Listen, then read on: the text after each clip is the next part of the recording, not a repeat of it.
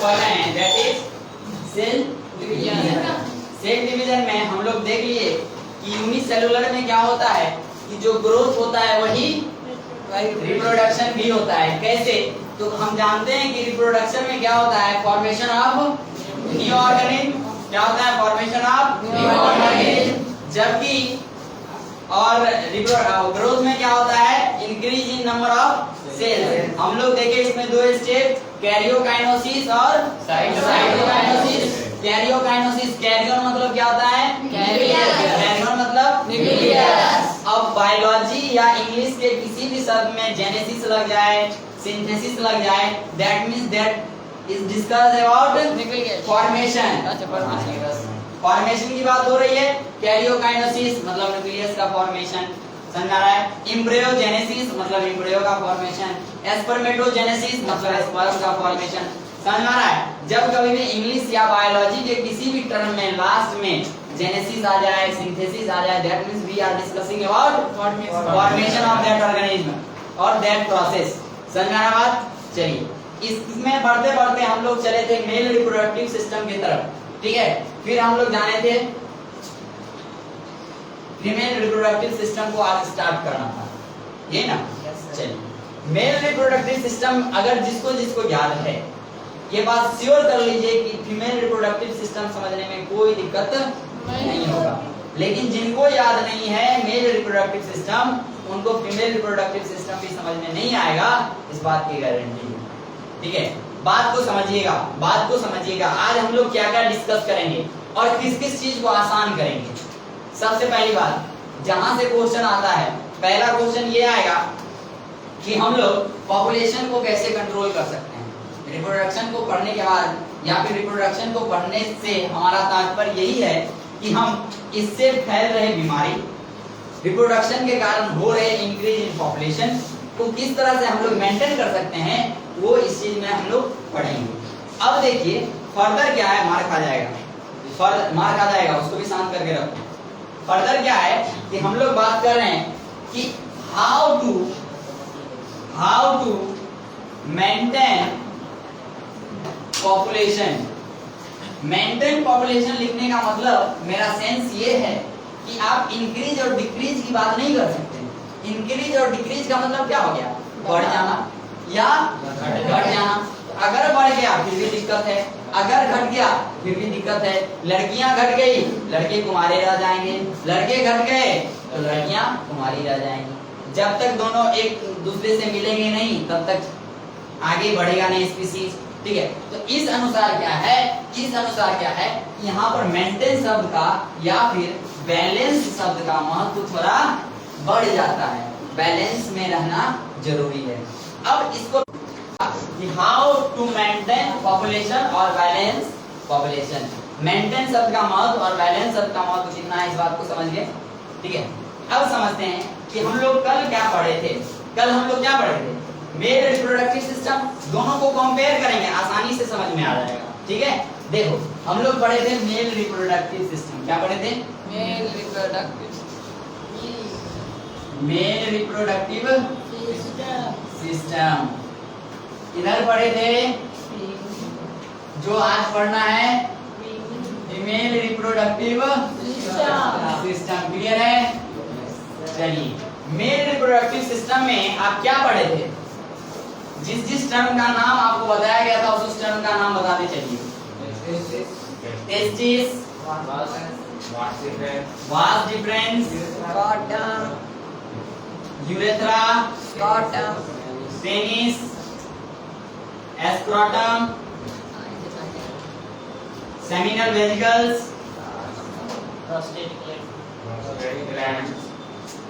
Bladder, prostate gland, urinary bladder, ureter. चलिए बात को समझिए, बात को समझेंगे। इधर देखते चलिए, क्या है कि टेस्टिस का काम क्या था, मतलब अभी जो हम लोग रिप्रोडक्शन पढ़ेंगे इसमें टेस्टिस का जो काम है, ठीक है, वो मेन काम है, ठीक है। लेकिन इसमें यूरेथ्रा का या पेनिस का कोई ज्यादा बड़ा काम नहीं है। वो बस क्या करता है कि वो एक मीडियम देता है ताकि वो मेल से फीमेल में ट्रांसफर हो सके। या इंटरनल से आउटसाइड एक्रीट आउट हो सके, इजैकुलेट हो सके, इसके लिए यूरेथ्रा या पेनिस आपका काम करता है, ठीक है। इसी तरह से फीमेल में क्या होता है, वेजिना का काम भी बस इतना ही है, उसके लिए कोई स्पेशल काम नहीं है, ठीक है। वो क्या करता है कि बस एक डायरेक्शन देता है ताकि स्पर्म जो है वो कर्विक्स से होते हुए, यूटेरस से होते हुए कहाँ जा सके, फैलोपियन ट्यूब में जा सके। और फर्टिलाइजेशन कहाँ होता है, फैलोपियन ट्यूब में होता है, ठीक है। समझ आ रहा बात? इस बात को समझिए, यहाँ समझिए बात को। जिस तरह से इधर टेस्टिस होता है, टेस्टिस का काम क्या है, स्पर्म फॉर्मेशन करना।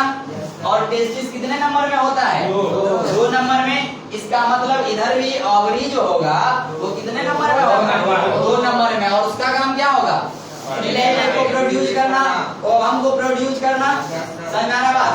यानी यहाँ पर क्या होता है कि एक निकलता है और जिसके द्वारा निकलता है उसको क्या कहते हैं, ओवरी। मानिए बस ओवरी।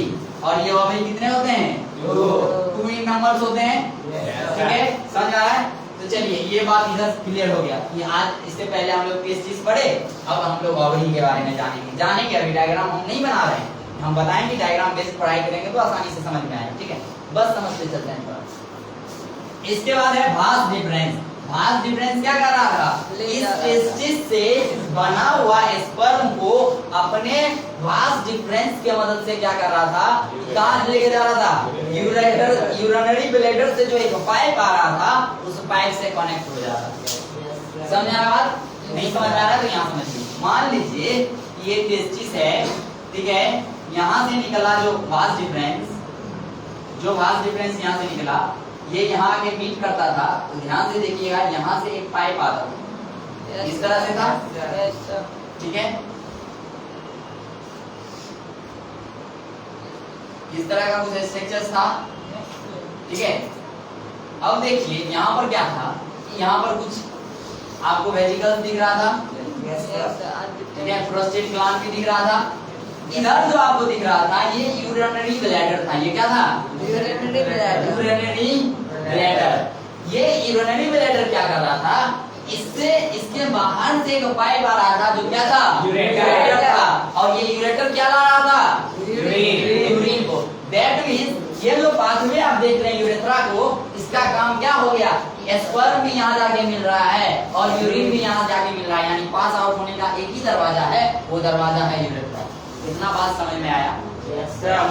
अब क्या होता था, ये स्पर्म जब यहाँ आकर मिलता था, स्पर्म जब सेमिनल वेसिकल्स से जाकर मिलता था, जो उसका ग्लैंड है उसके साथ सेक्रेशन के साथ मिक्सअप होता था, तो वो जो बनाता था दैट इज कॉल्ड सेमेन।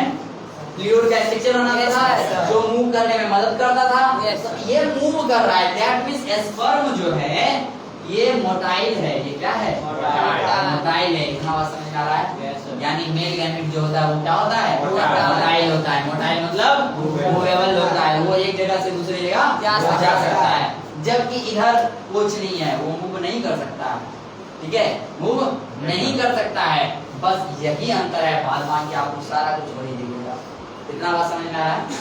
इससे आपको क्या पता चला कि अगर आप मेल रिप्रोडक्टिव सिस्टम को अच्छे से जानते हैं, दैट मींस फीमेल में बस नाम चेंज होगा, प्रोसेस लगभग वही होगा। समझ में आया बात? बात समझ में आ रहा है? चलिए इस बात से हम लोग अब आगे बढ़ते हैं। हम लोग देखते हैं बात, ठीक, वास डिफरेंस। अगर इधर वास डिफरेंस था, इधर वास डिफरेंस था जो क्या कर रहा था, स्पर्म के फॉर्मेशन के बाद वहां ले जा रहा था, तो इधर जो बैठा रहेगा उसको कहेंगे फैलोपियन ट्यूब। उसको क्या कहेंगे, फैलोपियन ट्यूब। आप डायग्राम देखिएगा,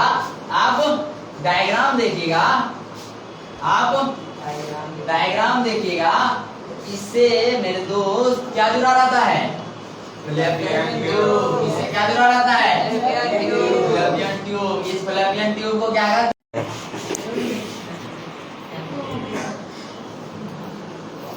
चलो अब सही है।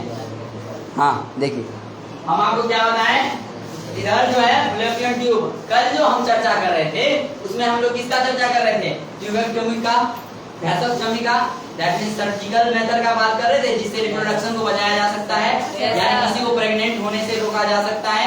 समझ आ रहा है? तो ऐसे केस में जो वैसेक्टोमी और ट्यूबेक्टोमी हम जानेंगे, वो आपसे पूछेगा वैसेक्टोमी किसमें होता है, क्वेश्चन ये आएगा ट्यूबेक्टोमी किसमें होता है, मेल में कि फीमेल में? तो ट्यूब क्या होता है, ट्यूब क्या होता है, ट्यूब। फैलोपियन ट्यूब किसमें होता है, मेल में कि फीमेल में? फीमेल में। तो ट्यूब को जहाँ काटा जाएगा ट्यूबेक्टोमी, जहाँ ट्यूब को काटा जाएगा ट्यूबेक्टोमी, और जहाँ भास डिफरेंस को काट दिया जाएगा वैसेक्टोमी। समझ में आ गया बात? इसे भास डिफरेंस और इसे वैसेक्टोमी। क्या होता है कि सर्जिकल मेथड में इस भास डिफरेंस को काट दिया जाता है। जैसे ही इसको ऑपरेट कर दिया गया तो स्पर्म तो यहाँ बना, लेकिन स्पर्म जा पाएगा क्या, जा पाएगा क्या, जा पाएगा क्या, नहीं जाएगा। इधर बता, जैसे यहाँ पर एक फॉर्मेशन हुआ, एक फॉर्मेशन चूंकि इमेच्योर एग के साथ जैसे ही बेबी बर्थ लेती है, वो millions of lakhs of immature eggs के साथ आती है, ठीक है। अब क्या होता है कि यूटेरस अपने आप को इस तरह से तैयार करता है कि हर एक मंथ एक एग को कंटेन करने के लिए वो तैयार रहता है। उसमें लाइनिंग होता है। लाइनिंग कहने का मतलब वो जो होता है जनरली वो न्यूट्रिएंट्स प्रदान करने के लिए रहता है, जो बेबी प्लांटेशन होता है तब, जब एम्ब्रियो प्लांटेशन होता है तब। समझ में आ रहा है? यहाँ पर समझिए होता क्या है, नाभि जो होता है, नाभि उसके जस्ट नीचे यूटेरस होता है, नाभि के जस्ट नीचे यूटेरस होता है। अब मान लीजिए ये यूटेरस, ये इसका कर्विक्स, ये इसका क्या हो गया, कर्विक्स। इसके बाद आता है वेजाइना, इसके बाद आता है वेजाइना।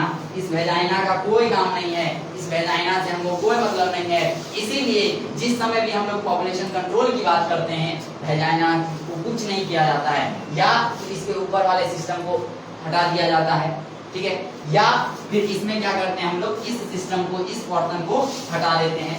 जैसे अभी हम बात कर रहे थे यूरेथ्रा का, ठीक है, यूरेथ्रा का काम क्या है, सिर्फ और सिर्फ यूरिन और स्पर्म को बॉडी से बाहर करना।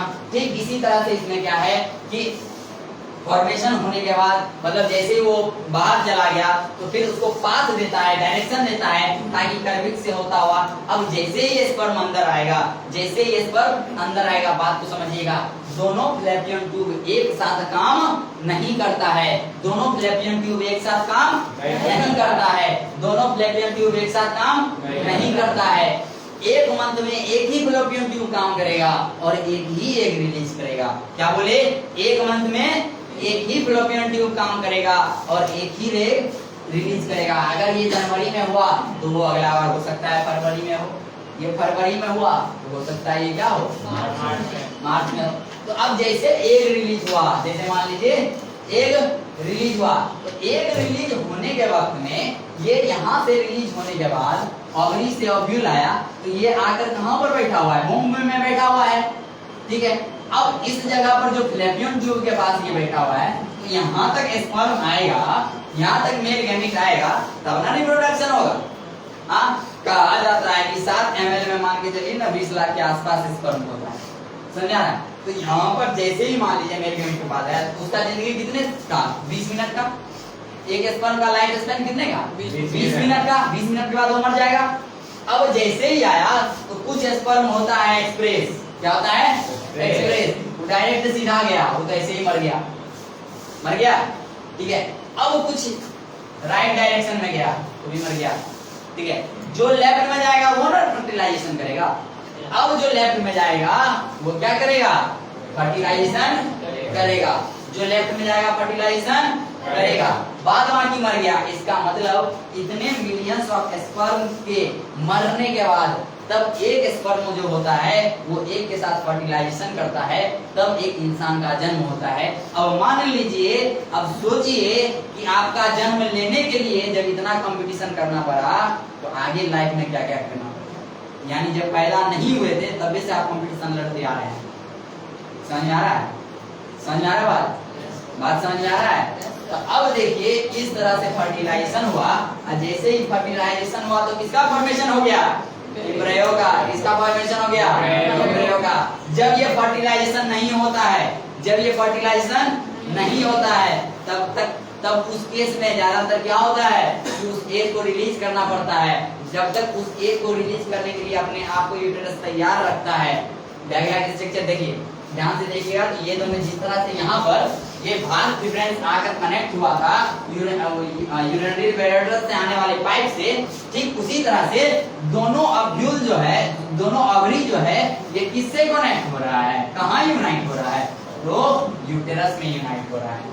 समझ आ रहा बात, समझ आ रहा बात। फर्दर यूटेरस कहाँ ओपन होता है? वेजाइना में।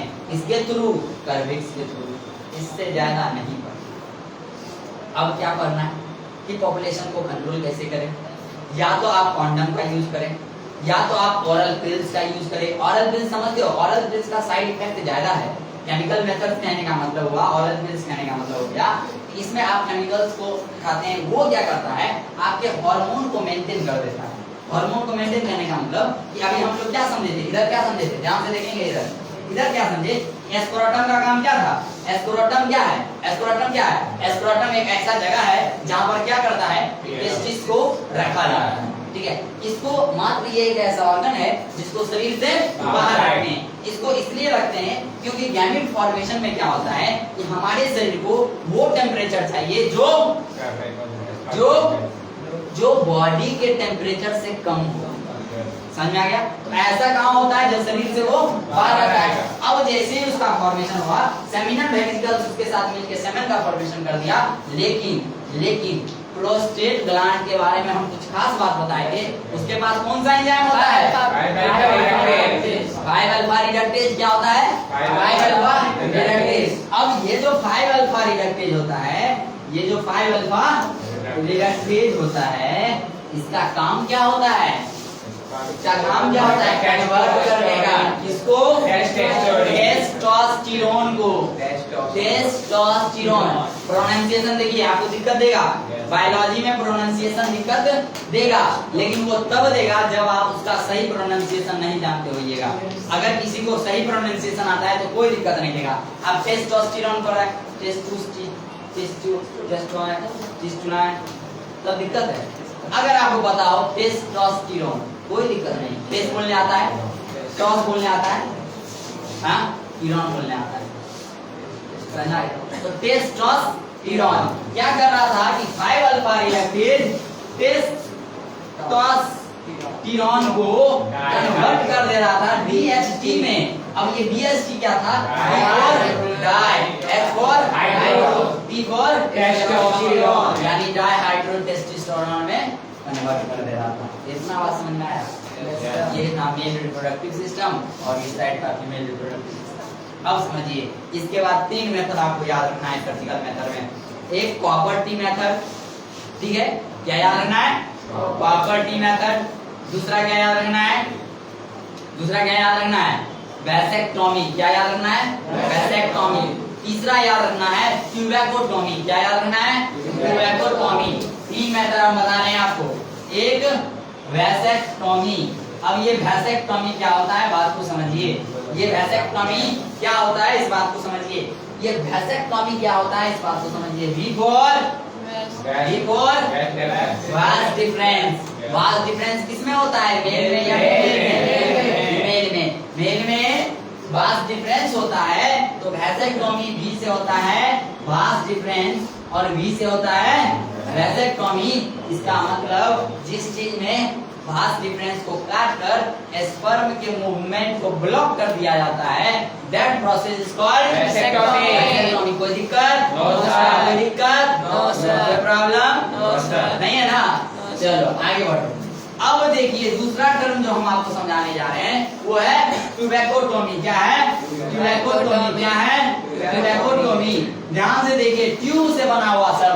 ट्यूब किसमें है? मेल में या फीमेल में? फीमेल में। तो ट्यूबैकोटोमी किसमें होता है? कोई पूछे तो क्या कहिएगा? फीमेल में। फीमेल में। डॉक्टर बन जाइएगा, कहिएगा हम ट्यूबैकोटोमी करके आए हैं। दैट मींस आप फैलोपियन ट्यूब को काट के आए हैं। इसका मतलब ये नहीं कि आप वास्ट डिफरेंस को काट के आए हैं। समझ आ रहा है? तो ये आंसर समझ में आ रहा है? वैसेक्टोमी और ट्यूबैकोटोमी। अब इसके बाद है कॉपर-टी। कॉपर-टी मेथड में क्या होता है कि कॉपर-टी को इसके अंदर एम्बेडेड कर दिया जाता है, जो क्या करता है कि मूवमेंट को रोक देता है। यूरिनरी वॉल तक जाने से या फिर मान लीजिए एक तक जाने से वो रोक देता है। लेकिन इस केस में क्या होता है कि ज्यादातर रिएक्शन का केस बढ़ जाता है। ऐसे में कभी-कभी क्या होता है कि ये जो यूटेरस होता है वो खराब हो जाता है। क्या होता है? खराब हो जाता है। और जब कभी भी यूटेरस खराब हो जाए या आपके शरीर के अंदर में कोई भी एक ऑर्गन खराब हो जाए, तो ज्यादातर जिस चीज का संभावना रहता है वो क्या होता है? कैंसर का संभावना होता है। किसका संभावना होता है? कैंसर का। तो इससे बचने के लिए क्या करता है डॉक्टर, इस पूरे सिस्टम को उखाड़ के फेंक देता है। क्या करता है, इस पूरे सिस्टम को उखाड़ के फेंक देता है। इस पूरे सिस्टम को उखाड़ के फेंकना मतलब कि अगर मान लीजिए कि अगर यहाँ से एक ज्यादा रिलीज होने लगा, एक ज्यादा रिलीज होने लगा तो इसको तो हटाएगा, लेकिन जब तक ये नहीं रहेगा तो इसका कोई फायदा है नहीं है ना, फायदा नहीं है। तो लोग कहता है दूसरा ऑप्शन क्या रखेगा, पूरा सिस्टम को हटा दो। समझ में आ गया, समझ में आ गया। एक होता है हिस्टीरिया का बीमारी, हिस्टीरिया का बीमारी समझते हैं? नहीं समझ। अगर गलती से कहीं आप बोल दिए किसी गर्ल्स को या किसी अपोजिट सेक्स वाले को कि आपको हिस्टीरिया है, कान का बाल तोड़ देगा, बोलिएगा मत। समझ में आ गया। हिस्टीरिया मतलब होता है ओवर एक्साइटमेंट, यानी ओवर कंट्रोल। एक सेक्स को दूसरे सेक्स के प्रति इतना ज्यादा अट्रैक्शन होता है कि वो क्या नहीं कर पाता है, उस फीलिंग्स को कंट्रोल नहीं कर पाता है। वो चाहता है कि हम किसी भी तरह से उनसे मिल ले, किसी भी तरह से उनसे अटैच हो जाएं, किसी भी तरह से हम उनसे बात कर ले। समझ आ रहा है? ऐसे को कहते हैं हिस्टीरिया। समझ में आ गया बात? इस तरह से आपको मेल रिप्रोडक्टिव समझ में आ गया और फीमेल रिप्रोडक्टिव भी समझ में आ गया। नेक्स्ट क्लास में हम लोग जो जिक्र करेंगे, याद दिला दीजिएगा, वो जिक्र रहेगा हमारा मेंस्ट्रुएशन साइकिल पर। किस पर? Menstruation cycle. ठीक है, मेंस्ट्रुएशन नहीं, मेंस्ट्रुएशन। ठीक है, बोलिए ना। वो जो क्या है, जैसे कभी अगर वो काम देंगे इसका मतलब वापस इसका काम देंगे तो स्पर्म जो रिलीज होने लगेगा तो फट जाएगा, मारेंगे बस। उसका निकलने का रास्ता रहेगा, ब्लॉक हो जाएगा, तो वो नेचुरली बनता रहेगा ना, एक उसका भी बनने का एक समय होता है, ठीक है, और एक अवधि होता है, ठीक है। सब पढ़ाएंगे, सब पढ़ाएंगे। जब स्पर्मेटो आप पढ़ेंगे, स्पर्मेटोजेनेसिस पढ़ेंगे, उसमें समझेंगे कि स्पर्म बनता कैसे है। हम तो बस बताएं कि हाँ बन गया स्पर्म, फिर बनता कैसे है, कैसे oogenesis होता है, कैसे ओमेनिया के साथ फॉर्मेशन होता है, सारा बात का जिक्र करेंगे, लेकिन धीरे धीरे, ठीक है। आप क्लास को इंटरेस्टेड बनाइए, हम दुगुना बना देंगे। मीन्स आप हमको जवाब देते चलिए, हम आपको और ऊपर लेते जाएंगे। जवाब नहीं आएगा, अपना लेवल हम थोड़ा नीचे करेंगे, ठीक है। डिस्टेंस नहीं बनना चाहिए ना मेरे तुम्हारे बीच में। डिस्टेंस बन गया, तुमको 2 नहीं आ रहा है, हम तुमको 20 पढ़ा रहे हैं, दिक्कत है फिर? नहीं दिक्कत है। मान लो जिसको 0 नहीं आ रहा है, जिसको ये नहीं किया तो 0 आगे लगता है कि पीछे लगता है, हाँ, उसको 20 और 2 में कोई अंतर समझ में आएगा? हाँ, ये जो अंतर समझ में नहीं आएगा तो कितना बड़ा अंतर हो गया समझ? 18 का अंतर हो गया। हमारा मैथ अच्छा है, लेकिन कोई दिक्कत? इससे रिलेटेड कोई दिक्कत? No sir. कोई प्रॉब्लम? No sir. क्या बोलो? Sir no sir. ठीक है, लेक्चर को खत्म करते हैं। समय हो गया? Yes sir. कितना समय बाकी है? 10 मिनट बाकी है। चलो 10 मिनट में कुछ बताओ।